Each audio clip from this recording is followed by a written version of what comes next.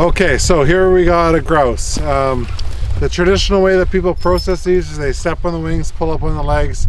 There's a lot of wasted meat like that.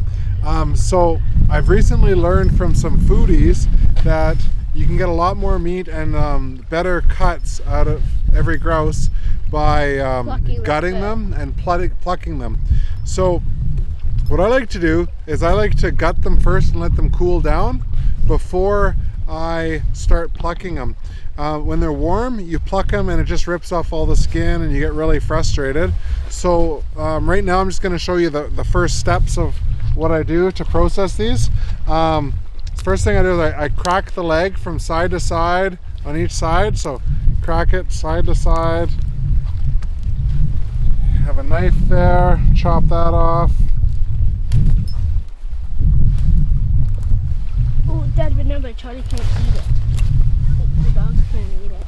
Okay, then when you feel down the chest, you'll feel there's the end of the sternum there.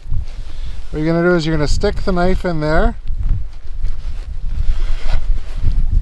Okay, so I cut through right at the bottom of the sternum. Now I'm going to reach my fingers in there and rip out the guts and stuff. Pull, I think they call that the gizzard or whatever. I don't particularly like them.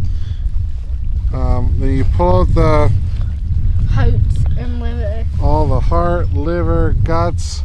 My dogs really like eating the organs. And you can actually eat the hearts. Yeah, and my son really likes eating the heart. So you reach all the way in there and the heart's all the way up at the esophagus. So I pull that out, that's the heart. Odin cooks it up on stick with Montreal steak spice.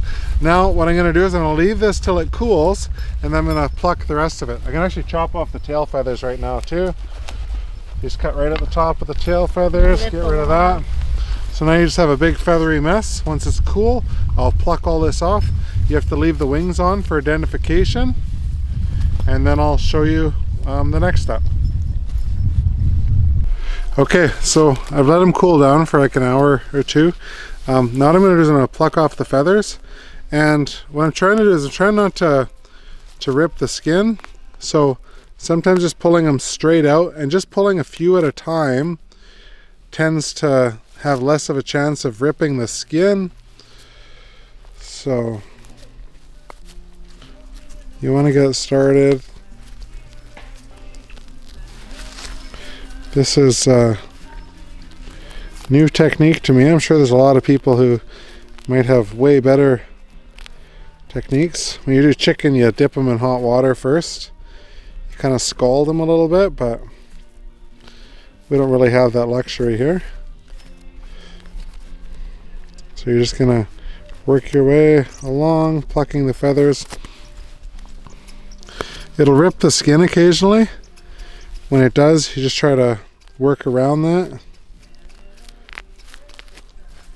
Now, when you've plucked away, it'll start to look like that. I've ripped the breast there too. I'm going to keep on plucking, and you'll see here I'll have like a little Cornish hen that you can slow roast or throw in the slow cooker. And when it's slow cooked, then you can get all the meat off this little critter, utilizing the wings, the legs, all that stuff. So it's not an end of the world thing that the skin gets ripped on them, because their skin is just so thin. You just kind of do the best you can, and I'll follow up in the next video when this one's done and I'll show you what it looks like. Yeah. Okay, so now we got the lion's share plucked. This is just good for the field. We leave the wings on for identification for conservation officer services. The guts are out, got most of the feathers off. We'll do a final clean at home before we cook. So I got those in the cooler. Now we'll end up freezing those like that, and then we'll do the final prep when we pull them out to prepare them to eat.